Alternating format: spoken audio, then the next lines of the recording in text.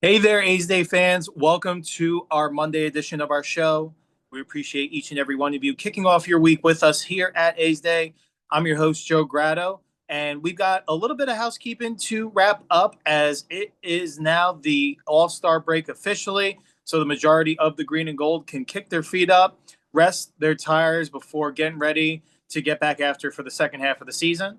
But before we do, we want to recap the exciting finish to the first half as the A's did take 2 out of 3 against the red hot Toronto Blue Jays. So we'll be sure to recap what went down in that series victory. We'll also discuss our A's Day first half A's team awards. So we're going to do like hitter of the year, rookie of the year, pitcher of the year, and team MVP, all of that good stuff in terms of our opinion. And we want to just provide a couple of reminders, which we will be sure to come back to at the end of today's show, as Rook is set to cook in the home run derby, as Brent Rooker will be one of 8 hitters competing to hit the most home runs that they can to be crowned the home run champion in this year's home run derby in Atlanta during All-Star Week. And we'll be sure to give you a preview briefly of the 2 A's that will be representing the green and gold in Atlanta for tomorrow night's All-Star game. Will be sure to tell you what time and when to tune in for that so you don't miss your A's in action. A's win 2 series to close out the first half of the season. It's now the All-Star break. So let's fill the void with some A's talk after the opening music. Holy Toledo, let's go A's. Thank you again for tuning in to our Monday edition of A's Day. We appreciate each and every one of you for stopping by and kicking off the week. A little bit different of programming this week since the A's will not be playing baseball until the end of it. So just give us a little bit more flexibility on how we can fill your void of no baseball for the majority of this week. This is a good time to wrestle, though. The A's do seem to be playing better of late. Nevertheless, it is a grind of a season, so it is well-deserved for them to be able to come back and perform at their best for the second half of the season. Just as a reminder, you can check us out on our social media platforms on Instagram at A's Day Baseball Podcast, on X, formerly known as Twitter, at A's Day Baseball, and on our YouTube channel, where we will be releasing our video podcast edition of these shows, as well as our video content that we were able to capture over the weekend in Sacramento. So stay tuned for some of those exciting details later on. Check us out on our YouTube channel at A's Day Podcast, and be sure to become an official subscriber with us at A's Day on our Patreon site, patreon.com/A's Day, for just $2 a month. You'll be entered to win monthly A's Day t-shirt giveaways, which we will be officially starting in August. And we will also be giving away A's autograph memorabilia like we did at our event with Drake's The Barn in West Sacramento, as well as future A's game ticket giveaways like we did with our partnership with Visit Mesa for their home opener to the A's spring training, and many other things as we can as we grow this platform collaboratively. All right. With that in mind, let's get down to business. Let's recap what went down over the weekend in West Sacramento, where A's Day was boots on the ground. We weren't at the game on Friday night, but we were in town capturing content at the Holiday Inn, which is a wonderful place to stay. Shout out to them for our partnership. Thank you for their wonderful hospitality. We'll be sure to begin to display their wonders later this week and why you should choose the Holiday Inn downtown Sacramento arena area as your place to stay next time you're in Sacramento for the weekend, week, or however long you're spending in the capital city. We also were featuring some best places to eat. Shout out Tom's Watch Bar.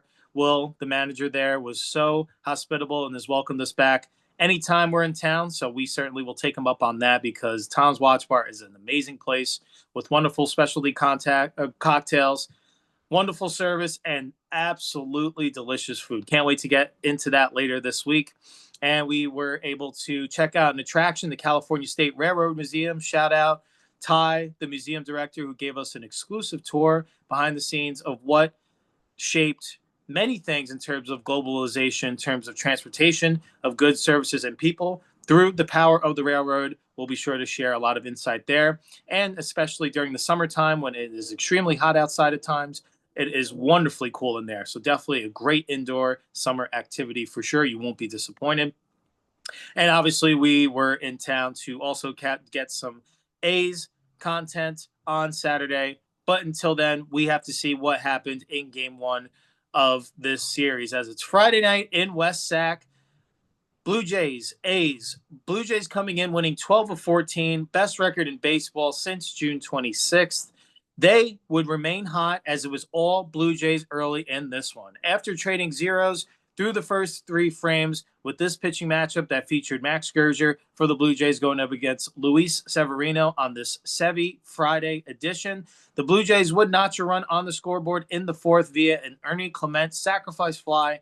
It's 1-0 Jays. In the fifth, this is when the wheels would begin to fall off the bus. The Jays would score a run via a George Springer stolen base of home. You don't see that every day. And then Alejandro Kirk later would rip a 2-run single, and that would be the end of the line for Sevy in this one. Kind of a mixed bag. Sevy, 4 2/3 innings, 7 hits, 5 runs, only 1 earned run due to the throwing error, 1 walk, and 8 Ks.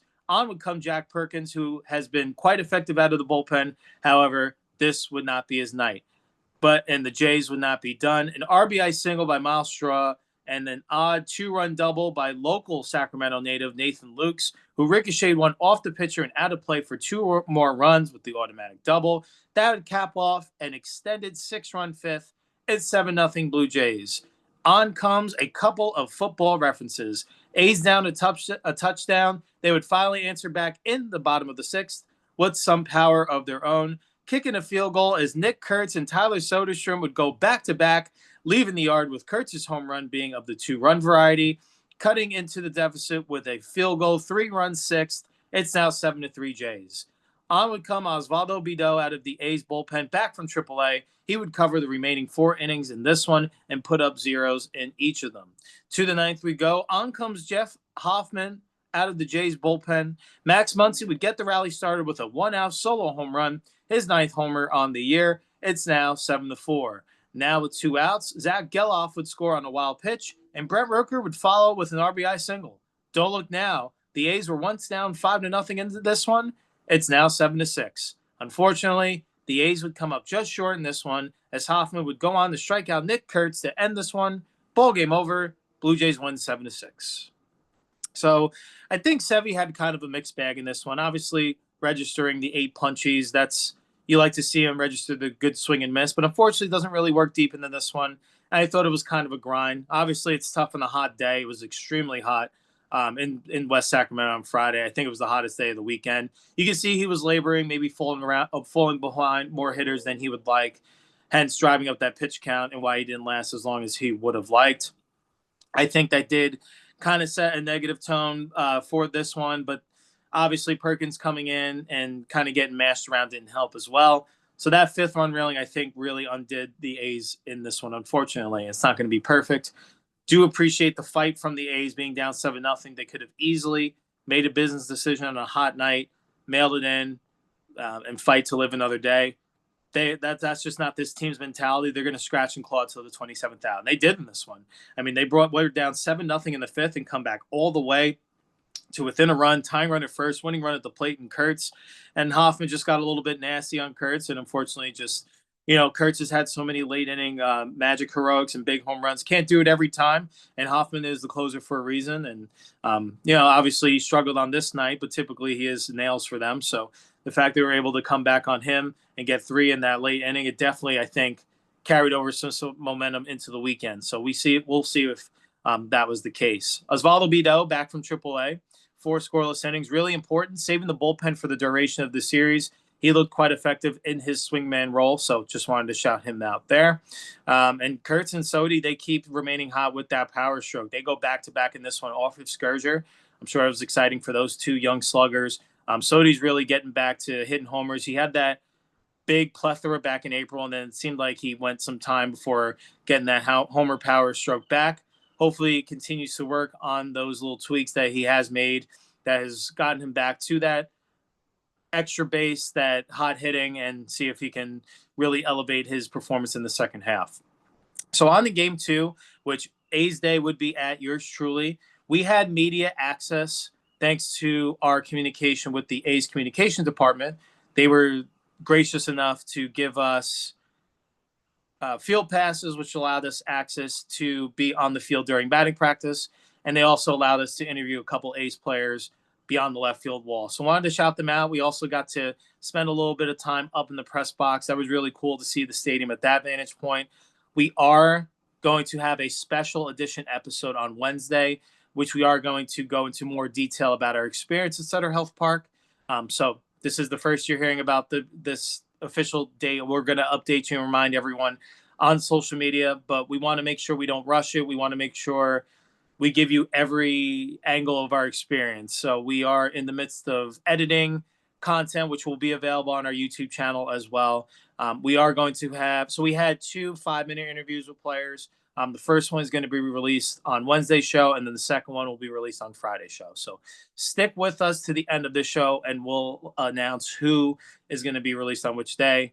So that'll be a nice little surprise for everyone to just hear a little bit from a couple of your favorite A's in particular. So we're excited to get to Wednesday's show, but still on topic for today.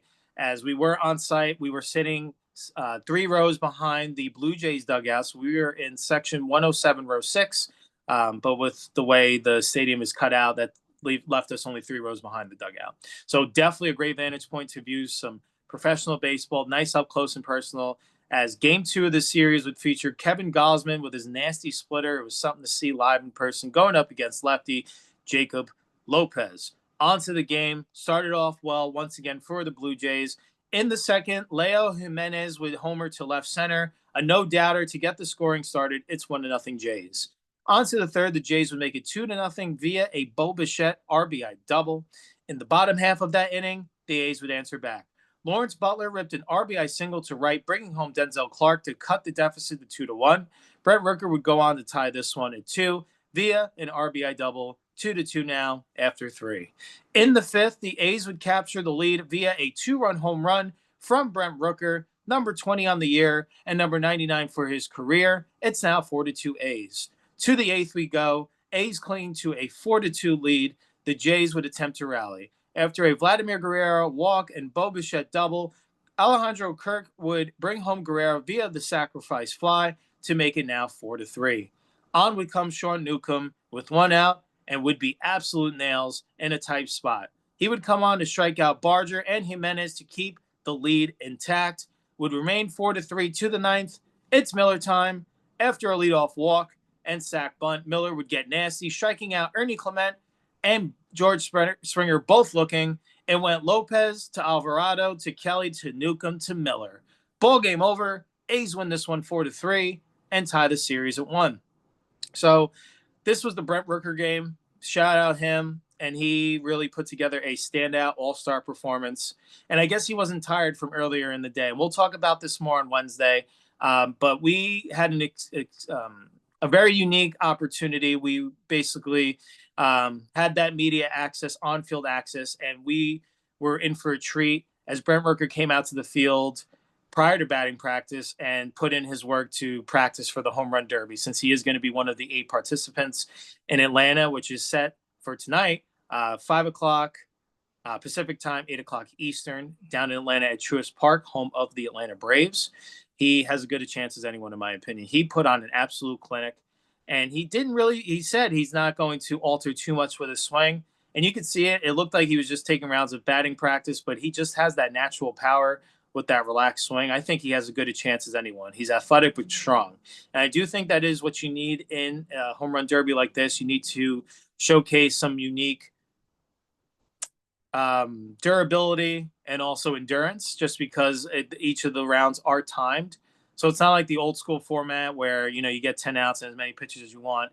This is a set number of time, and you just have to be locked in and hit as many homers as you can, because that's what your measures on, is just who hits the most home runs. And usually after the first round, it's the top 4 that advance to the semis and so forth and so on. So I think Brent Rooker, he is one of the most underrated sluggers. Since his onslaught has begun back in 2023, I think he's going to turn some heads on the national audience. So I'm excited to tune in tonight to root him on. Looking forward to see how he performs, because he certainly looked good during his practice rounds, and we're excited to share that content. We already posted about it on our Instagram page. at least one 50-second clip, but there's going to be plenty more to come on our YouTube channel. In particular, we'll put it on Patreon. We'll put it everywhere because we got some cool behind-the-scenes footage that you typically don't see because the gates for batting practice for general admission is significantly later on than media access. So that was, we're very fortunate that we were able to experience that. And we want to just share all of those baseball wonders with you, the lovely audience. So just giving you a little bit to look forward to there as well. But this was the Brent Rooker game. He hits the home run to give him the 2-run lead. His number 99 on the year.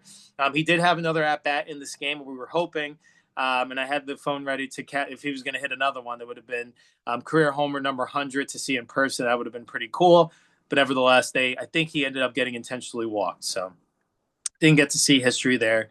But number 20 on the year, so it's a nice round number. And I do think he has 40 in the tank, no doubt, or at least 35. But I do think he seems to have really been coming on the last 2-3 weeks. He's really locking it in more and more. I think this is just the tip of the iceberg. So looking forward to seeing him continue to flourish over this year. But looking forward to seeing how he does over the All-Star festivities. He's going to be in the Home Run Derby. He's also in the All-Star game. We'll, again, remind you of that at the end of today's show. Really big, Jacob Lopez, 5 innings, 2 runs. I think he had a really good performance again. He's been one of the 2 most consistent starters in the rotation, right behind Springs, in my opinion. But I think the MVP in this one, in terms of on the mound, is Sean Newcomb. He was nails. The Jays are fighting back. They start putting a little bit of a rally. They have a runner on. They're down 1, and Newcomb comes in and gets 2 big strikeouts to keep that run or keep the deficit from or to keep the lead. Excuse me, preserve the lead to a 1-run advantage, as it was 4-2, then it became 4-3. He comes on, 2 outs, 2 punchies, gets it to Miller. That was a really big moment in the series because you could tell the momentum was shifting, and the Blue Jays could have had an opportunity to tie it there. And who knows, maybe they go on and take the lead in the 9th or in extras. And this series outlook in this podcast could have a lot different of connotation. So certainly shout out to him. I wanted to make sure that moment in this game, in this ball game, and in the series didn't go overlooked. I do think that was one of the more important moments in the whole series. So with that, it just seemed like it was kind of that team win. The team is really starting to gel together more and more. Very exciting to see that. And now they have an opportunity to win a series against the first place team. The Jays, like I said, they, after Friday night's win, had won 13 out of the last 15. A's come back. They win this one, and they have an opportunity now to win the series in the Sunday rubber match, as this pitching matchup would feature Jose Barrios going up against Jeffrey Springs. This time, the A's would get the party started. We mentioned in our preview of this series how Barrios' home run rate allowed is up, and while Austin Wynns made sure to keep that number rising, as he would hit a 2-run home run in the second to give the A's an early 2-0 lead. On to the third, Tyler Soderstrom continues his hot hitting as he adds a 2-run home run of his own. It's now 4-0 A's. In the fifth, with 2 outs, Jeffrey Springs, he was perfect up in this point. Through 4 2/3, up came Davis Schneider of the Jays to the plate. He hits a long drive to deep left field. It is high. It is far. It is gone. Well, it should have been a home run, but it's ruled foul. Upon further review, the call on the field remained the same, and manager of the Blue Jays, John Schneider, received the hee-ho as he gets ejected in this one for an animated display for what should have been a home run. He wanted a piece of the umpire in the field that ruled that a foul ball. He couldn't believe it. When you could see it on live TV, it seemed like it was clearly fair. Good fortune for the A's, right? Well, not so fast. Unfortunately, this one would go against the A's. This was a clear example of ball don't lie. On the next pitch, after the manager fired up his club, Davis Schneider clubs a no-doubt 439-foot home run to left center field. This one's definitely a fair ball. It's now 4-1 A's. Poetic justice for the Blue Jays. On to the fifth, Nick Kurtz. Well, he made A's Day's delayed home run prediction since we did release a Saturday edition due to our content trip up in Sacramento.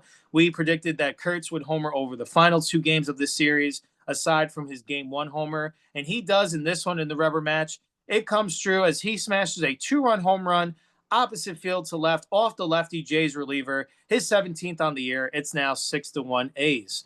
To the 7th, Jeffrey Springs still in the ballgame. He allows a 2-run home run to Addison Barger, ending his day, but nevertheless putting in another solid performance. Springs, he went 6 2/3 in this one, 3 hits allowed, 3 runs, no walks, 5 Ks. Justin Sterner would come on to get the final out of the seventh. Sean Newcomb would be summoned again. He would pitch a scoreless eighth. It's still 6-3. It would be on to the ninth for Miller time. After a 1-out single, Miller would get Vladimir Guerrero Jr. to ground into a 5-4-3 double play to end this one and lock down his 19th save of the season. It would go Springs to Sterner to Newcomb to Miller. Ball game over. A's win this one 6-3. They win the series 2 out of 3 and head into the All-Star break on a high note. Springs was awesome in this one. What an exciting series. You could really see this young group gelled together. And it's really exciting that we got to see it up close and personal on Saturday. And then the Sunday performance, the home run barrage. Shout out. Nick Kurtz stays hot. He makes our home run prediction come true. And Tyler Soderstrom, I'm sure he's kind of upset that the All-Star break is coming. He hits another home run. He's on fire. Really good things that we're seeing from the young offensive core. And Jeffrey Springs just continues to be, in my opinion, the most consistent starter in this A's rotation. Thank goodness for him. He sets a positive tone in this one, and they get the dub. They win the series. Again, they cool off the Jays, the hottest team in baseball. They go into the All-Star break with a 41-57 record, and they win 4 of their last 6, including 2 series. So definitely ending on a positive note. They're currently 11 games back of that final wild card spot and 16 games out of first place. So first place probably out of reach. Wild card, I think it would take not a miracle, but definitely an extended good month of baseball, just like they had an extended poor month of baseball in May to kind of turn that thing around. But nevertheless, again, I think the most important things that we're taking out of this season is continuing to see the positive development out of the offensive core of this group. And we're looking forward to seeing getting better performances on the mound, like Jeffrey Springs, but more consistent up and down the rotation. I do think that's something we're hoping to see more of in the second half. So that puts a wrap on what went down over the weekend. And we're going to put a bow on the first half as we are going to announce our personal awards of performances of Rookie of the Year, Hitter of the Year, Team MVP, and Pitcher of the Year. But before we do, we want to give a shout out to a new partner from our trip in Sacramento. We were treated to a wonderful experience for lunch and cocktails down in Doco at Tom's Watch Bar. So we are going to give them a quick shout out via an ad read and then get back to the second half of our show. So don't go anywhere. We'll be right back after this. All right. So like I mentioned, we were very fortunate to be welcomed in by Will Gonzalez, the manager of Tom's Watch Bar in Doco in downtown Sacramento, a stone's throw away from the Golden One Arena, home of the Sacramento Kings. It's a very fun and festive place to be on the weekend. Tom's Watch Bar, Sacramento's biggest bar, Sacramento's biggest sports party. 50 plus beers on tap, 75 plus screens, 50 plus specialty cocktails. Every game, every day, all games that matter. Be sure to join Tom's Club and receive a $1 pint of beer or signature cocktail on your next visit. So you'll want to be sure to become a member of Tom's Fan Club. Be sure to get on down to Tom's Watch Bar in Doco in Sacramento, right across the way from Golden One Arena. You'll have the sports experience, an overall wonderful cuisine and customer service experience that you can ever imagine in Sacramento. You'll be glad you did. All right, let's get back to our regularly scheduled programming as we are going to now announce our first half awards. There's a lot of good performances, definitely a roller coaster of emotions in terms of how the team started, how May went, and how they're rolling into the All-Star break. But we want to just take this time to shout out some personal performances. So we're going to start with the Rookie of the Year, and it was between 2 candidates. Obviously, we honestly went back and forth a little bit with this. If you would have asked prior to June 15th, I think this answer would have been rather easy because of the consistency from poll to poll. But nevertheless, this guy also, one of the options just has gone on such a tear for the month of June and into the All-Star break that it definitely at least left us up for some discussion. But nevertheless, our choice for Rookie of the Year for the A's is shortstop Jacob Wilson. On the year, Jacob Wilson is batting .332. He has 9 home runs, 42 runs batted in, an 837 OPS. He was named the AL starting shortstop thanks to the national fan vote in the All-Star game, which is set to be played tomorrow night down in Atlanta at Truist Park, 8 Eastern time, 5 Pacific. So if you're missing some A's baseball and want to cheer on the green and gold in a different way, be sure to cheer on Jacob Wilson, who will be in the starting lineup batting ninth for the American League All-Star team. So very exciting there. Our honorable mention here, and the one we were delineating against, was Nick Kurtz, because he's having a fantastic season himself, and we'll get into his numbers a little bit. Not to give anything away, but he will be on this award list just because of how much he has contributed to this team in such a short period of time. So Rookie of the Year, Jacob Wilson. Honorable mention, Nick Kurtz. On to the next one, our Hitter of the Year. We were choosing between 3 players in this one, with definitely kind of a similar. In Nick Kurtz, well, again, not to give anything away, but Nick Kurtz was involved in this discussion too as well. I just think this one guy did a little bit more, in our opinion, in terms of doing it in all 3 phases in terms of average, contact, and power. So we went with the Hitter of the Year, Brent Rooker, who was also named to the American League All-Star team as a designated hitter. On the year, he's hitting .279 with 20 home runs, 54 runs batted in, and an .861 OPS. He just continues to be the model of consistency since 2023 when the A's gave him a chance. He continues to hit for that very above average in terms of national recognition as compared to what your typical power hitter will do. He continues to take pride in being able to hit the ball with authority to all fields. He hit home run number 20 on Saturday. Doesn't seem to be too tired out from that home run derby preparation. And he's going into the All-Star break riding high for sure. He's going to be representing the green and gold in the home run derby tonight, starting at 8 Eastern time, 5 p.m. Pacific. So be sure to tune in and see how many home runs Rook can cook up in Atlanta tonight.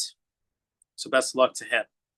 Our honorable mentions here were Jacob Wilson and Nick Kurtz as well, like we mentioned. So Jacob Wilson, he's second in all of baseball behind Aaron Judge in batting average and in total hits with 113. So he's definitely been pole to pole, very consistent as well. He's dealt with some nagging injuries over the last couple of weeks, so performances maybe slid off a little bit, but nevertheless, a very solid performance. He's well on his way to Rookie of the Year, but I'm sure Nick Kurtz is going to be clipping at his heels too, as well, as he's having a fine first half of the season with plenty of games and opportunities to come. We're going to go to the mound real quick before wrapping up with one additional award we forgot to mention, Clutch Performer. But first, we're going to do Pitcher of the Year. So this one was between 2 guys. We wanted to stick on the rotation side of things just because those are the guys that are consistently getting the ball every 5th day. We went with Jeffrey Springs. He's been the model of consistency. In his last start, he went 6 2/3, allowed 3 hits, 3 runs, and was a leading cause for their victory and their series victory in against the Toronto Blue Jays this past weekend. On the year, Jeffrey Springs is 8-6 with a 3.93 ERA. He's logged 110 innings pitched. He's racked up 86 strikeouts, only allowed 38 walks, and has accrued a 1.18 WHIP. So he's been the most consistent performer, in my opinion. He always seems to give the team an opportunity to get the W. Early on in the year, he seemed to have some struggles with that first inning. They tweaked some things. They tried having a first inning opener and then have Springs go on from the second inning. He seems to have changed up his repertoire a little bit to keep the hitters guessing in terms of pitch sequencing. And I think that's what's helped him get off to better starts in games. So definitely glad to see him having such success, especially after coming off the injury last year. It's good to see him looking more and more like his old self, and I'm expecting a big second half for him. To me, the honorable mention here was Jacob Lopez. He's had some solid performances, but I think Springs has just been a little bit more consistent. So shout out our Pitcher of the Year, Jeffrey Springs. Now, for the final award of the first half, we're going with Clutch Performer. Our 2 honorable mentions here were Brent Rooker and Tyler Soderstrom. As they have come through with some late inning heroics and magic, they've had some game-tying and go-ahead hits as well. Sodi had a walk-off the other day. Brent Rooker has had some game-timing or go-ahead late home runs in the 8th or 9th inning for sure. But one guy in particular really stood out to us. First baseman rookie Nick Kurtz is our clutch performer of the first half. He has the 2 walk-off home runs. He has 3 hits that have tied or given the A's the lead. Wanted to give the rookie his due because he's been such a valuable part in the middle of this order. And his development since his return from injury has been absolutely stunning. And it's such, I look forward to his at bats. Like, I don't want to miss. There's two guys in particular, Brent Rooker and Nick Kurtz. I don't want to miss a single pitch of their at bats. On the air, Kurtz, he's 257, 17 home runs, 44 RBIs, and 892 OPS. He was AL Rookie of the Month for June, and he has the most home runs in Major League Baseball with 12 since June 15th, tied with Cal Raleigh, who leads the entire league in home runs with 38. So shout out Nick Kurtz. He's having a heck of a rookie campaign, and he loves to come through in the clutch. So that rounds out our first half awards. Just as a recap, our Rookie of the Year was Jacob Wilson. Our Hitter of the Year, and this is the first half, so these could change. We'll do an award show again at the end of the season. Brent Rooker was our Hitter of the Year. Our Pitcher of the Year was Jeffrey Springs, and our Clutch Performer of the Year was Nick Kurtz. All right, so just as a reminder, a couple more things before we get on out of here. Brent Rooker will be representing the Green and Gold in the Home Run Derby tonight in Atlanta at Truist Park. Be sure to tune into ESPN at 8 p.m. Eastern Time, 5 p.m. Pacific. He'll be one of 8. He's hitting as many home runs as he can.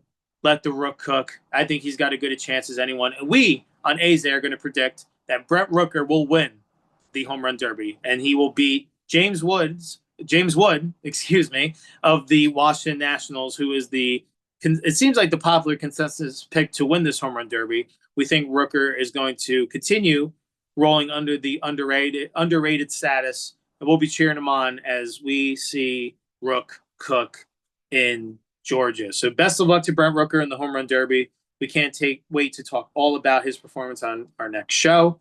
And speaking of All-Star Week, the All-Star game is set to take place tomorrow night, also at Truist Park in Atlanta, 8 p.m. Eastern Time, 5 p.m. Pacific.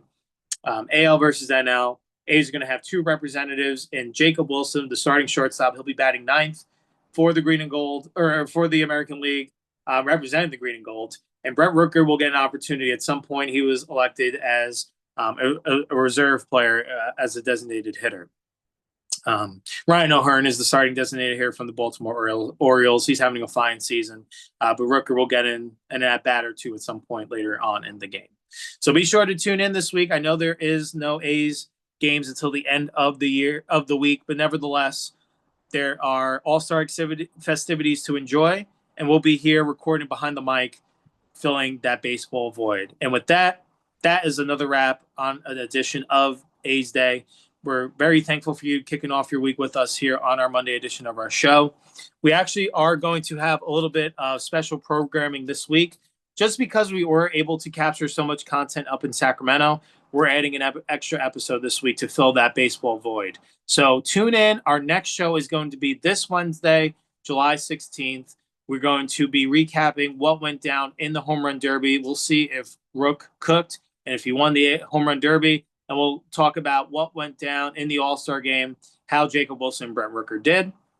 Then we'll also recap and give a full extended experience of our media access at Sutter Health Park in terms of who we were able to talk to, what content we captured, our overall experiences of the game, things of that nature. Wednesday is going to be a more in-depth analysis and discussion of our experience that you can live vicariously through us. For sure, we certainly had a wonderful time up in Sacramento this past weekend. And then we are going to conclude that episode with releasing one of the 2 interviews that we did capture thanks to the A's communication department. Shout out Mark and Greg. They were able to see who was available in the clubhouse. They brought out two athletics players just beyond the left field wall for us to briefly interview. So first, we were able to interview Max Schumann and Max Muncy. So we are going to release the Max Muncy interview on Wednesday's show at the tail end of that one. So you'll want to stick through with us to the end. It's not very long. It's going to be about 5 minutes. And same thing with Max Schumann. We're going to release that one on Friday's show. So that way we don't combine it all into one. You can kind of have entertainment, enjoyment all throughout the week. And those video content interviews are going to be available on our YouTube channel as well. So there's just so much to go on this week. So we wanted to make sure we're covering it all, recapping our weekend in Sacramento. So that's why we're going to have the extra episode this week on Wednesday. And then Friday's show, we're going to make second half predictions. We're going to do the series preview and we'll see what else we have in store as well. So definitely a lot to go through, even though not as many games, but want to make sure that we are keeping in tune with the A's Day community and A's fans everywhere. So that's a wrap. Want to thank each and every one of you for spending part of your day with us here at A's Day. Once again, I'm your host, Joe Grado. Appreciate each and every one of you. Have a great rest of your day, and we'll see you again on Wednesday. Holy Toledo, let's go A's.